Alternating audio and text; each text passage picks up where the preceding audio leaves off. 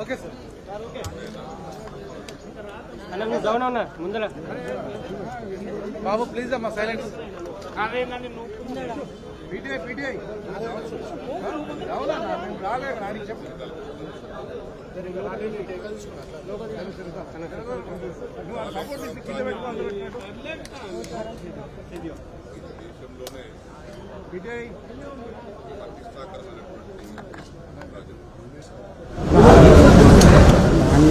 ఎడారిగా మారుతున్నారు సస్యశ్యామలు చేయడానికి అధికారులు వచ్చిన వెంటనే చెప్పిన మాట చెప్పినట్టుగా మన పార్టీ అధ్యక్షుడు అప్పటి ముఖ్యమంత్రి గారు లక్షలాది ఎకరాలకు లక్షలాది మంది రైతులకు సాగుని అందించి కరువును పారదోలటానికి నిర్మించినటువంటి ప్రాజెక్టు కాళేశ్వరం ప్రాజెక్టు. ఈ ప్రాజెక్టు అతి గొప్ప ప్రాజెక్టు అన్న సంగతి అందరూ మెచ్చుకున్నారు. కానీ ఇటీవల వచ్చినటువంటి ప్రభుత్వం ఏదో అయిపోయినట్టుగా లేని ఉన్నట్టుగా చూపించి కాళేశ్వరం ప్రాజెక్టు దాని సంబంధితటువంటి ప్రాజెక్టు చాలా ఉన్నాయి. బ్యారేజీలు ఉన్నాయి, రిజర్వాయర్స్ ఉన్నాయి, 1530 కిలోమీటర్ల కాలువ తవ్వుకున్నాము, 270 కిలోమీటర్ సొరంగాలు తవ్వుకున్నాము, సబ్స్టేషన్లు కట్టుకున్నాము, లిఫ్ట్ పెట్టుకున్నాము. ప్రపంచంలోనే అతి గొప్ప lift irrigation project Kaleshwaram project. 500-600 మీటర్ల లోతు నుంచి సముద్ర మట్టానికంటే పైన నీళ్లు తోడి ఎడారిగా మారుతున్నటువంటి తెలంగాణ రైతాంగానికి సస్యశ్యామలం చేసి సుభిక్షం చేసి పంటలు పండించడానికి రైతులకు నిలబడ్డటువంటి ప్రభుత్వం ఆనాటి బీఆర్ఎస్ ప్రభుత్వం, ఆనాడు ముఖ్యమంత్రి కేసీఆర్ గారు. అయితే దీన్ని జీర్ణించుకోలేనటువంటి వ్యక్తులు అధికారంలో వచ్చిన వెంటనే మీరు కూడా ఇంకా మిగిలిపోయినటువంటి పనులను పూర్తి చేసి, ఎట్లయితే మేము బీఆర్ఎస్ పార్టీ టీఆర్ఎస్ పార్టీ ఆనాడు కొత్తగా వచ్చినప్పుడు అసంపూర్తిగా ఉన్నటువంటి కల్వకుర్తి, భీమా, నెట్టంపాడు, కోయిలసాగర్ పనులన్నీ పూర్తి చేసి వలసపోతున్నటువంటి మహబూబ్నగర్ జిల్లా ప్రజలను తిరిగి తీసుకొచ్చి లక్షలాది ఎకరాలకు నీళ్ళందించి ప్రాజెక్టు పూర్తి చేశాం. మీకు రైతుల పట్ల ఏమాత్రం ప్రేమ ఉన్నా అసంపూర్తిగా ఉన్నటువంటి పనులు పూర్తి చేయడం ఒకటి నిరంతర ప్రక్రియ. ఇది ఒక ప్రభుత్వం వస్తుంది. కానీ దానికి దృష్టిలో పెట్టుకుని అది పక్కన పెట్టి బ్యారేజ్ మేడిగడ్డ బ్యారేజ్ ఏమైందండి? 86 పిల్లలలో 3 పిల్లలు కుంగినాయి. అది ఎందుకు కుంగినాయి?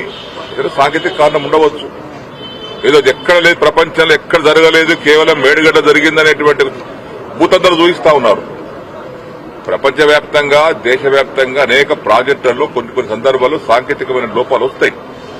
ఆ సాంకేతిక లోపాల సరిదిద్దాల్సిన బాధ్యత ప్రభుత్వాలది. కానీ దాన్ని అడ్డం పెట్టుకుని రాజకీయం చేయడం అనేది ఇది మంచి పద్ధతి కాదు. మీ బాధ్యత అక్కడ సవరించాలి. దాని ఎందుకంటే ఆల్రెడీ ఇప్పుడు 3 మాసాలు మీరు వచ్చి 3 మాసాలు అయిపోయింది, ఇంకా వర్షాకాలం 3 మాసాలే మిగిలి ఉంది. ఈ లోపల దాన్ని రెక్టిఫై చేసి రైతాంగం అందించాలి. ఈ ప్రాజెక్టు వల్ల జరిగేటువంటి పరిణామం ఏందో మీకు తెలుసో లేదో తెలియదో. దీని కింద 2 రకాల లబ్ది ఉన్నది. ఒకటి ప్రత్యక్షమైనటువంటి ఆయకట్టు, డైరెక్ట్ గా పారేటువంటి ఆయకట్టు ఉంది. ఒకటి స్థిరీకరణ ఉంది. నిజాం సాగర్, శ్రీరామ్ సాగర్ ఇవన్నీ ప్రాజెక్టులు స్థిరీకరించేటువంటి ప్రాజెక్టులు. పోయినసారి కూడా మా నిజాం సాగర్ ఆయకట్టు కింద పంటలు ఎండుతా ఉంటే ఇదే కొండపోచమ్మ సాగర్ నుంచి నీళ్లు తీసుకెళ్లి మేము మా పంటలు కాపాడుకున్నాం. సింగూరు కింద పంటలు కాపాడుకున్నాం. దాని ప్రయోజనాలు అవి. అది పక్కన పెట్టి ప్రత్యేకంగా కేవలం ఏం పని లేనట్టుగా రాజకీయం చేయడానికి కోసం మేడిగడ్డ ప్రాజెక్టు వాడుకొని, మేడిగడ్డ ఒకటేనండి, మేడిగడ్డ కాళేశ్వరం ప్రాజెక్టులో 196 స్కీమ్స్ ఉన్నాయి, బ్రహ్మాండమైనటువంటి పథకాలున్నాయి, అందరు అబ్బలపడేటువంటి పథకాలున్నాయి, పనులున్నాయి. అది ఏం చూడకుండా కేవలం ఆ 3 పిల్లల దగ్గరికి పోయి ప్రతిసారి ఆ 3 పిల్లల దగ్గరికే. అవునండి, పోగా కారు టైర్ పంక్చర్ అవుతుంది, కారు బయటపడేస్తామా? పంక్చర్ టైర్ సరి చేసుకుంటాం, నడిపిస్తాం. ఒక మోటార్ సైకిల్ వెళ్ళిపోతుంది, పడేస్తావా? ఇది ఈ రోజు ఒక ప్రాజెక్ట్ లో ఉన్నటువంటి చిన్న లోపాలను సవరించుకోవాల్సింది పోయి ఏదో ఒక అయిపోయింది అని భూతద్దలు పెట్టి చూపించడం ఇది కరెక్ట్ కాదు. అది మీ బాధ్యత రహితంగా చేసేటువంటి పనులు ఇవన్నీ. మేము కూడా అధికారాలు ఉన్నాం, 10 ఏళ్లు ఉన్నాం. మీ కాళేశ్వరం మీ కల్వకుర్తి ప్రాజెక్ట్ అసంపూర్తిగా ఉంటే మేము ఎన్నడూ కూడా వాటి గురించి కామెంట్ చేయలే. అసంపూర్తి ఉన్నదాన్ని కంప్లీట్ చేసే ప్రయత్నం చేశాం, రైతులకు నీళ్ళు అందించాం. మీరు ఆ పని చేయండి. పాలమూరు రంగారెడ్డి ఉంది, 90% వర్క్ అయింది, ఇంకా 10% వర్క్ ఉంది, అది పూర్తి చేయండి. మంచి మీద సంపాదించుకోండి. కానీ అది పక్కన పెట్టి ఎక్కడికి వెళ్ళి బురద చల్లాలి.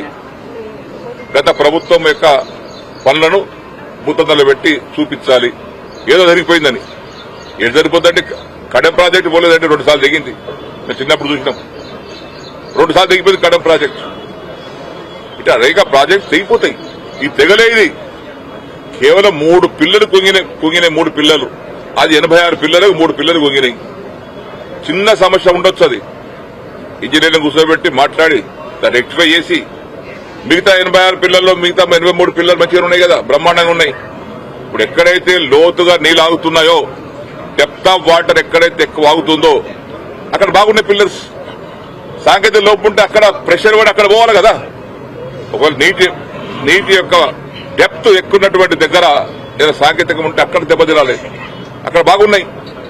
మొన్న వరద 20 లక్షల క్యూసెక్స్ వరద పోయింది బ్రహ్మాండంగా మేడిగడ్డ మీదుగా సముద్రంలోకి.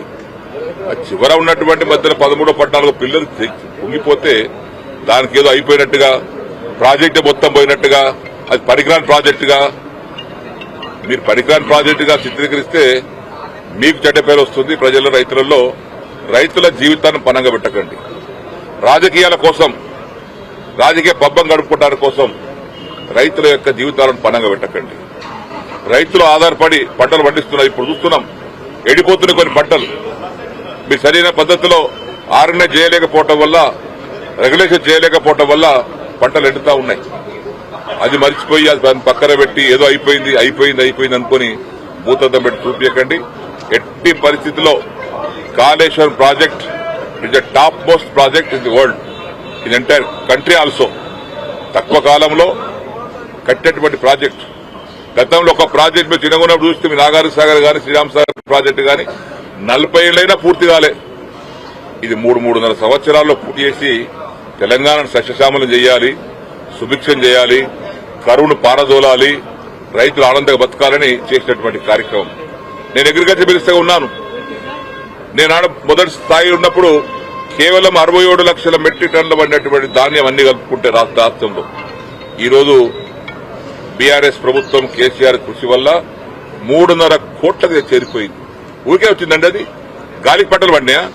నీళ్ళు ఇవ్వకుండా, కరెంట్ ఇవ్వకుండా ఇవన్నీ ఇచ్చాం కాబట్టి అంత 5 రెట్లు పంట ఎక్కువ పండింది.